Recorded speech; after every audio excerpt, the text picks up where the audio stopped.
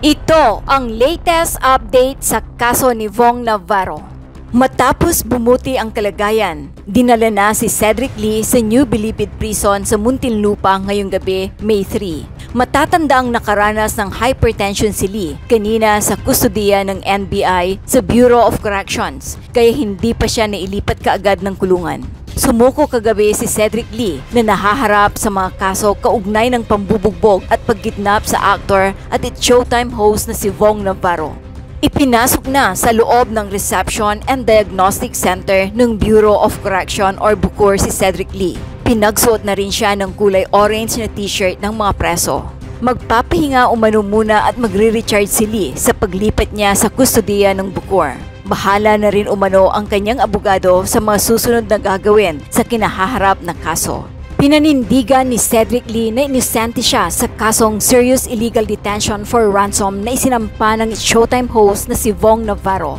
Ito ay sa kabila ng hatol na guilty sa kanya at mga kapwa-akusadong sina Denise Cornejo, Simeon Raz at Ferdinand Guerrero sa desisyon na binasa ni Taguig Regional Trial Court Branch 153 Judge Mariam Bien noong May 2, 2024. Reclusion perpetua o life imprisonment ang ipinataw sa kanilang sentensya. Sa isang maikling panayam kay Cedric Lee, matapos itong sumuko kay National Bureau of Investigation o NBI Director Attorney Medardo de Limos kagabi, sinabi nitong nagulat pa rin siya sa desisyon ng korte.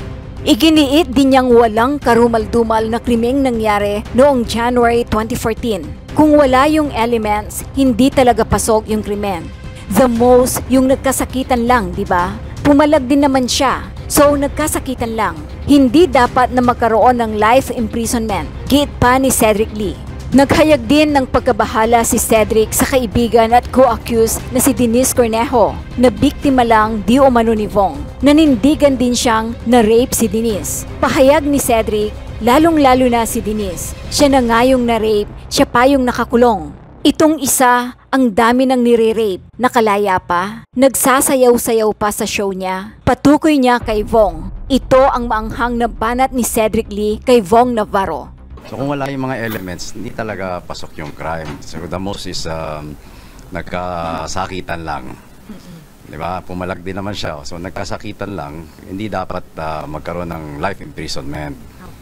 Lalong-lalo na si Denise, siya na nga yung na-rape, siya pa nakakulong.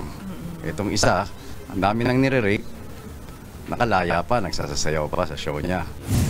Matatandaang sumuko na sa NBI si Cedric Lee na nahatulang guilty sa kasong serious illegal detention for ransom na inihain ng host na si Vong Navarro. Guilty rin ang hatol kay Denise Cornejo at dalawang iba pa. Samantala, ayon kay NBI Director Medardo de Limos, tumataas daw ang blood pressure ni Cedric Lee. Dahilan upang i-monitor siya kada 40 minuto ng isa sa mga doktor ng National Bureau of Investigation or NBI Quezon City. Narito ang buong pahayag ni Director Medardo de Limos. Inaayos natin yung return ng ating warrant sa korte para malaman natin kung ano magiging disposisyon kay Cedric Lee. At aantayin natin kung ano magiging order ng korte kung i-commit na siya sa tamang facility. Temporary lang kasi ang facility natin dito sa NBI. At sa ngayon, meron tayong concern. Medyo tumataas ang kanyang blood pressure kaya pinapamonitor natin sa ating doktor dito sa NBI habang inaantay natin kung ang disposisyon ng korte ay lipat siya o dito muna sa NBI. Ayaw din natin na magkaroon ng problema sa health ni Cedric Lee habang andito siya sa NBI. Sure pa natin nakuha siya itong informasyon natin na medyo mataas yung kagabi. Kagabi, kinuna ng kaagad siya ng blood pressure kasama sa ating standard operating procedure na maayos ang kanyang kalagayan at medyo mataas na kagabi na monitor, bumaba naman yan. Ngayong hapon ay tumaas uli. Hindi na natin mabanggit yung kwan pero nababahala rin ang ating doktor kaya ang monitoring natin is every 40 minutes. May possibility ba, sir, na baka dali siya sa ospital or wala pa naman sa ganito? Mag-aantay tayo kung ano ang magiging advice ng doktor. Ayaw namin na umabot tayo sa ganun. So, kung kunyari, sir, ipalipat na siya and then ganito yung, yung pakiramdam niya, anong mangyayari? Aantayin muna natin ang advice ng doktor at ipapaalam din natin sa husgado yan na ganyan yung kanyang kalagayan para tayo naman ay ma-guide ng husgado kung ano ang tamang gagawin kay Cedric. Sir, kumusta po yung unang gabi niya dito? Nakatulog daw po ba siya ng maayos? Yan ang hindi ko nalaman kung nakatulog ng maayos basta't siya ay under guard at hindi makakaalis dito dahil naantay nga natin ma-return natin yung warrant sa korte. Sir, si Ferdinand Guerrero, nagpa-iwating na ba siya sa inyo kung susuko ba siya? Sa ngayon, wala pa. Pero kami ay nananawagan kay Ferdinand Guerrero na gumaya na siya kay Cedric Lee. Na sumuko na siya at para maumpisahan kung ano man ang magiging legal na proseso sa kanilang kaso. Kasi walang mangyayari kung tayo ay parating nagtatago. Baka hindi tayo makapag-focus sa ating legal defense or ating legal remedy. Kaya kung maaari, sumuko na lang siya. Ano po sir yung maaaring mangyari sa kanya kapag ka nagtago siya at nahuli? Mahirap sabihin na magiging maganda ang kalagayan pag nagtatago. Kasi lahat ng law enforcement, hindi lang NBI, kundi pati yung ating mga kasama sa Philippine National Police, ay puspusang naghahanap sa mga fugitives. Kaya mahirap na parating nagtatago. Sasabihin na natin sa husgado ngayon na as of this time, ganito ang kanyang blood pressure. Kaya hinihintay niyo yung attachment ng Oo, para kasama na yun. Para malaman din ng husgado na ganito ang kanyang kalagayan. Kakaroon tayo ng guidance sa korte at masabi natin na kung pwede, kung hospital pa o dadali na sa tamang facility sa Bucor.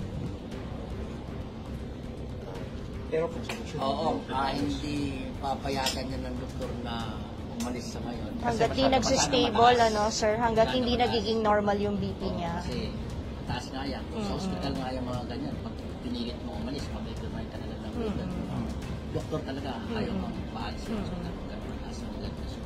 Pero sir, nabigyan kaya siya ng medication para ma-address yung BP? Mukhang meron naman siyang dala-dalang mga gamot niya, pero siyempre, pinapaalam natin sa doktor kung yan ang tamang gamot. Ang masusunod dito yung doktor natin kasi andito siya sa tulad natin. May medical history na pala siya. Kung may dala siyang maintenance meds. Maayos naman yung ginagamit ng lugar dito para mag-stay dahil sa lagay niya. Hindi natin masabing kasing ayos ng nasa bahay. Ganito lang ang facility natin dito sa NBI. Kaya kung ano man ang usual na ginagamit ng ating mga detainees, ganun din ang ginagamit dito sa kanila.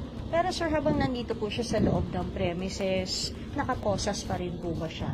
Wala, underguard naman siya rito. Wala siya matatakuhan dito. Wala siya matatakuhan. Hindi natin siya masabi ng kakalis. Wala pa siya rito. Puro agents po ang dito. Pwera lang po kanina, syempre, nung nagpa-medical, pinosas po natin. Ang ilalabas natin dito sa Okay, so for as of today, 12:20 in the afternoon, no, kumuha kami ng vital signs kay Cedric Lee, and the latest vital signs is hypertensive at 180/100 millimeter mercury, tachycardic, mabilis ang tibok ng puso, 107 beats per minute, and at 98% auto saturation. So naka-maintenance medication kami kay Cedric Lee, plus meron kami binigay na additional medications for him. We are constantly monitoring for every 40 minutes, no, sa kanyang blood pressure. Then until such time, tsaka kami mag-change yung management as necessary. How would you describe, sir, yung pinaka-current status niya ngayon, itong 180/100 by that? Okay, medyo mataas talaga siya definitely, pero manageable natin. Kaya natin i-manage here dito so far. Pero we will advise further kung ano yung pwede maging work-up sa kanya in the next couple of minutes, kung ano yung pwede nating mai-offer sa kanya na within our institution. As a medical expert, is it safe for him to travel, sir? Halimbawa, kailangan na po siyang i-commit? Because of the temperature, because of the condition, stressful condition, for now, I won't advise muna.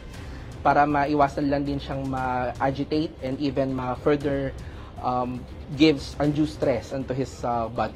Ano po yung nakikita niyong senyales na dapat mabantayan para masabing safe na siyang ibiyahe? Okay, so of course, dapat mag-normalize yung kanyang blood pressure. If not normal, at least mapababa natin, ma-manage natin dyan. Second, kailangan sana, no, wala siyang ibang maramdaman like pagsakit ng ulo, pagsakit ng batok, yung mga ganun. Doc, ano po ba yung, if not normal, ano po yung acceptable na blood pressure para maibiyahe po siya? Of course, the normal vital signs is 120/80, no? Pero yung, since naka-maintenance medication naman si Cedric, no? So at least, ang target natin BP sa kanya is at least 140 systolic blood pressure, and that would be fine for him for transport. Yes, sir. Pero otherwise, anong nararamdaman niya? Sa ngayon, yun lang naman ang concern niya, yung blood pressure niya na mataas, no? Siyempre, asymptomatic as of now, aside from that, pero as a medical doctor, I would advise na sana, kahit asymptomatic siya, we would control the blood pressure. Doc, sorry po, medyo quick question lang about, yung, may medical history po, ibig sabihin, is he hypertensive? Yes, he is a Previous? known hypertensive, no, with combined medications for hypertension na specialist manage outside the institution. Sir, After registering yung 180/100, ano po sir yung ating mga naging medical recourse for him? Ating medical recourse for him, or yung ginawa natin, is nagbigay tayo ng additional medications for his blood pressure control, no? Pero yun nga, we are still under monitoring of his condition, no? I would give perhaps a more detailed findings or recourse later on, kasi nakaka 40 minutes pa lang tayo sa kanya.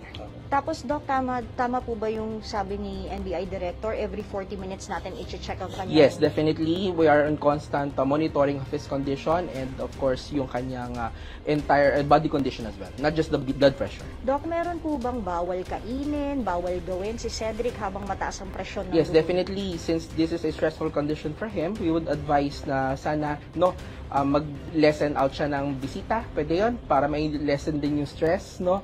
And I hope the media practitioners as well would give him the space, no, for such.